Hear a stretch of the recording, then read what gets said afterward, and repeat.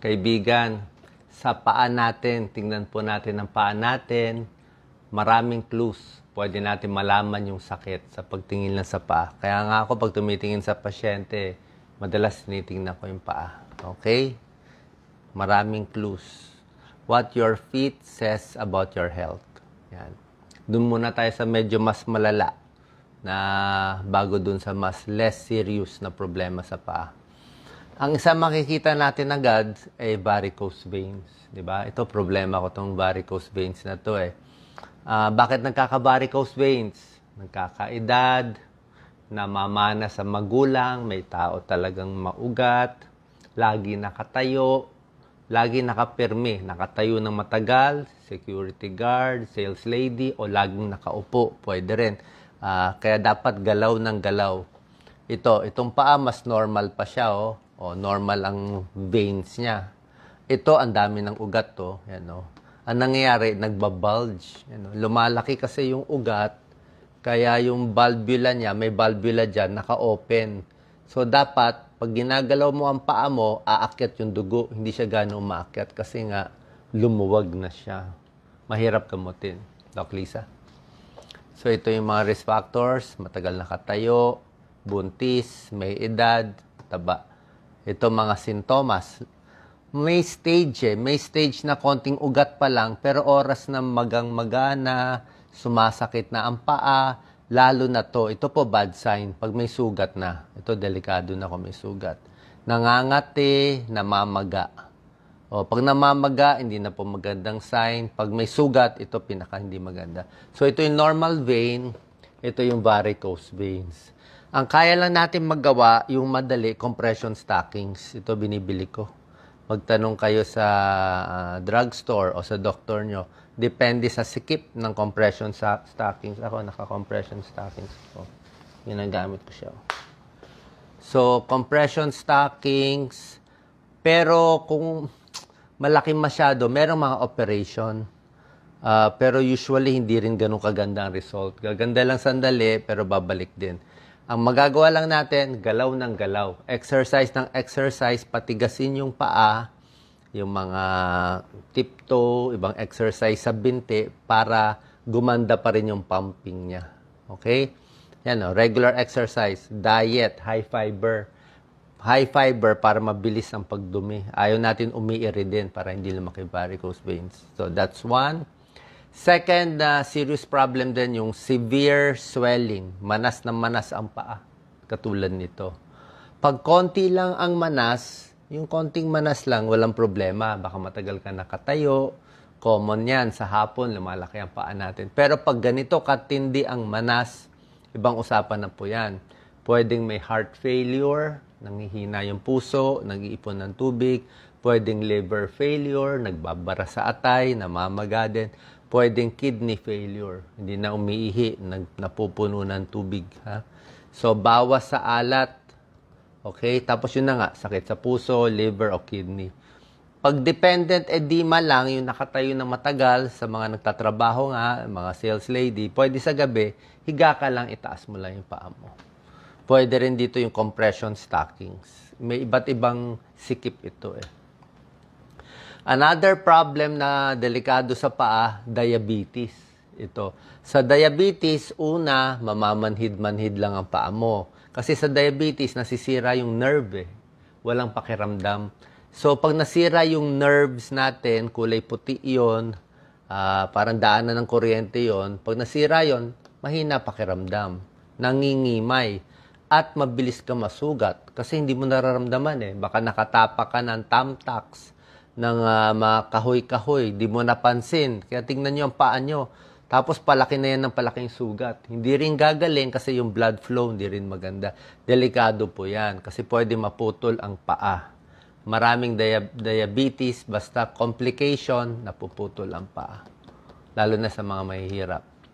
Ano ang diabetic nerve problem? Diabetic peripheral neuropathy. Ibig sabihin, yung kamay at paa may sira ang nerves. Ito nga symptoms, Doc Lisa.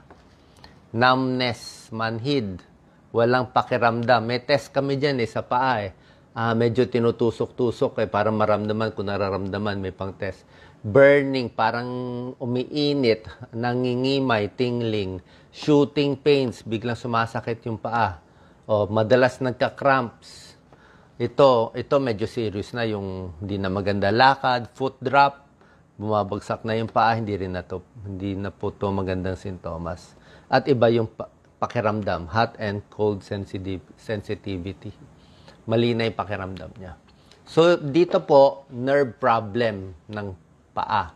Pag artery naman, artery yung kulay pula na ugat na nagdadala ng dugo na may oxygen sa paa at sa kamay. Pag ito naman ang problema, pwede rin sa diabetes, pwede nagkakaedad, elderly, pwede rin ibang sakit, mga cholesterol o malakas manigarilyo, mga Buerger's disease, pwede rin yan.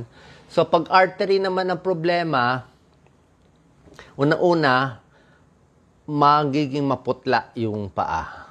Maputla, magkukulang mawawala ng mga buhok, magiging very shiny, at pag lumala, nagkakasugat na rin siya. Yan o. Parang puno di ba yung puno, kailangan may mga sanga. Kailangan may tubig. Basta maganda yung tubig, maganda yung sanga. Ngayon, pag nawala ng tubig ang sanga, namamatay yung sanga. Ganun din. Pag ang paa o kamay nawala ng artery, ng dugo, mawawalan siya ng oxygen. Hihina siya, liliit yung paa at ganyan, magkakasugat. Diabetes at elderly, ito po, babantayan natin.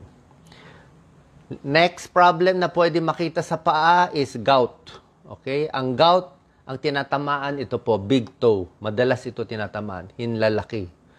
Andyan po, uric acid crystals.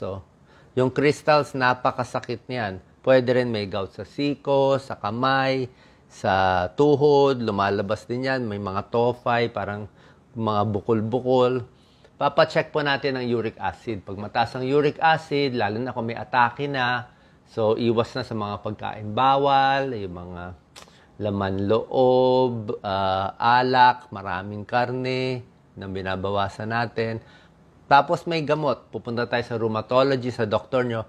May gamot na maintenance para hindi atakihin ng gout. Meron din pang acute attack. Pag unang atake, meron din binibigay. Colchicine, tapos minsan konting steroids pa, pain reliever. Tapos may maintenance para hindi na tumaas ito. Tumaas yung uric acid. Next is fungal nail infection. Ito medyo hindi na ganun ka-serious, pero mahirap pa rin ito gamutin. Pasintabi lang po, ganito itsura ng mga kuko. Tingnan nyo. Hindi lang siya patay na kuko. Pag patay na kuko, kulay itim yon. Minsan hindi na gumagaling. Ito, may fungal nail infection. May fungus, baka lagi nakapaa, may natapakang madumi, dumikit ang dumi. Mahirap din to gamutin. Papatingin tayo sa dermatologist. Hindi lang pamahid kasi kung pamahid, hindi rin papasok siya. May tableta na iniinom na medyo maselan at may pamahid din, ang dermatologist nyo ang magbibigay nito ng gamot. Okay? Medyo mahirap to gamutin. Athlete's foot, mas madali gamutin. Alipunga. Yan, athletes. Ito, very common to. Yung laging nakasapatos, di ba? Laging nakasara, nakaboots. Siguro, mga military, mga police, o nakadestino sa malayong lugar. Hindi na nakakaligo maigi. Ganito pa itsura. Flaky, basa-basa, at may amoy. Yan. So, madali lang to gamutin. Antifungal cream. Mga 2 weeks to 4 weeks, pahiran lang na pahiran. Tapos, pag maliligo ka, sabunin mo yan. O pwede nga lagyan ng alcohol, pahanginan. Gusto natin laging open ang paa. Kung pwede tsinelas o sandals o wag na magmedyas, wag na sapatos na sarado, pahanginan muna. Kasi pag basa at maitim, tutubo ang fungus. Okay? Ito. Next, plantar fasciitis. Ito naman, isang problema sa paa. Kaka-jogging, lakad ng lakad, o naka-high heels. Paggising sa umaga, napakasakit, itapak ang paa. Pero after a few minutes, 30 minutes, 1 hour, medyo mawawala. Sumisikip itong plantar fascia. May therapy dito Merong mga myotherapist, marunong sila, dinudurog nila to, pinapalambot. Tapos merong mga tamang sapatos, rubber shoes, merong iba heel pads o baka pain reliever. Plantar fasciitis. Minsan yung mga runner meron ito. Ito, hindi naman ganun kalala, bunions. Ito po, tip sa mga nanay at tatay, huwag bibilhan ng masikip na sapatos ang mga bata. Dati nung bata ako, kasalanan din ng nanay ko, masikip yung sapatos ko. Kala ko sikat yung mga patulis na sapatos. Hindi po pwede. Pag masikip ang sapatos, maraming sakit makukuha sa paa. Diba? Dapat yung tama. Mas gusto ko nga medyo maluwag. Tignan nyo, nagbunyon siya. Or kung hindi ganito kalala, medyo na-bend. Ibig sabihin yung lakad nung bata, paglaki, hindi na ganun kaganda. Paano? Nakaganon na eh. Nakaganon na yung paa niya eh. Tapos ito nga, deform na siya. Minsan, inooperahan pa nga ito. Dahil sa masikip na sapatos. Okay? Kung masikip din ang sapatos, ito rin ang problema. Ingrown toenail. Pwede rin yan, masikip ang shoes o masikip ang medyas. Pero ang tip ko dito sa ingrown toenail, sa mga nagpe-pedicure, sa mga nagmamanicure, ang payo ko po, huwag natin pudpurin. Huwag natin gawing triangle ang kuko.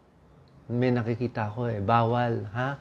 Sa mga nagpe-pedicure, sa mga nagmamanicure, plus sa mga gusto magpa-foot spa, ang payo ko, wag i-triangle yan. Kasi oras na tinriangle nyo yan, ang mangyayari, ang kuko kasi, ang pagtubo, isang buo talaga siya Talagang straight siya tutubo. Kaya kahit i-triangle mo, tutubo pa rin siya na straight. Ang mangyayari, pag ginawa mong triangle yan, yung balat papasok. Tapos yung kuko, tutubo pa rin ng diretso. Hindi naman siya tutubo na patra. Pag tubo niya ng diretso, yung kuko ang bubutas sa balat at papaduguin niya yan. So, biro mo yung kuko mismo, pinasok yung laman mo. Kasi nga, pinudpud mo O baka masikip yung sapatos mo. At oras na mag-ingrown, tuloy-tuloy na yan. Ang hirap nito. Minsan, ang surgeon, tatanggalin pa niya yung kuko mo. Diba? So, para sa akin, sa mga nagpe-pedicure, diretso lang. Wag na masyado pag-initan tong tabi. Diretso lang. Gusto mo lagyan ng manicure, diretso lang. At medyo mahaba. Para pagtubo niya, diretso. Hindi papasok yung kuko sa loob ng laman. Okay? Ingrown toenail. May antibiotics to. Nilalagyan ng betadine. Surgeon tayo magpapakita. Last, may tinatawag na Raynaud's phenomenon sa paa. Ito, isang klaseng sakit to. Pwede ito sa smoker o yung mga may rheumatic na sakit. Biglang sumisikip ang blood vessel. Ganito. Sumisikip, tapos lumuluwag ulit after a time. Ang nangyayari dito, yung kamay o yung paa, biglang mamumuti muna, mawawalan ng blood supply. Tapos mamaya-mamaya, magiging blue na, kasi nag-constrict Tapos bubuka yung blood vessel, mamumula naman. So, yung kamay o paa, mamumuti, magiging color blue, kulang ng dugo, biglang mamumula, mapupuno ng dugo. Yan ang Raynaud's phenomenon. So, usually sa smoking to sa smoking.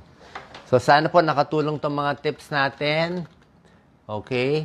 So, yan ang mga iba't ibang dahilan bakit sumasakit ang ating paa. Sana po nakatulong to. Kung meron kayong makitang problem, pa-check po tayo sa ating doktor. God bless po.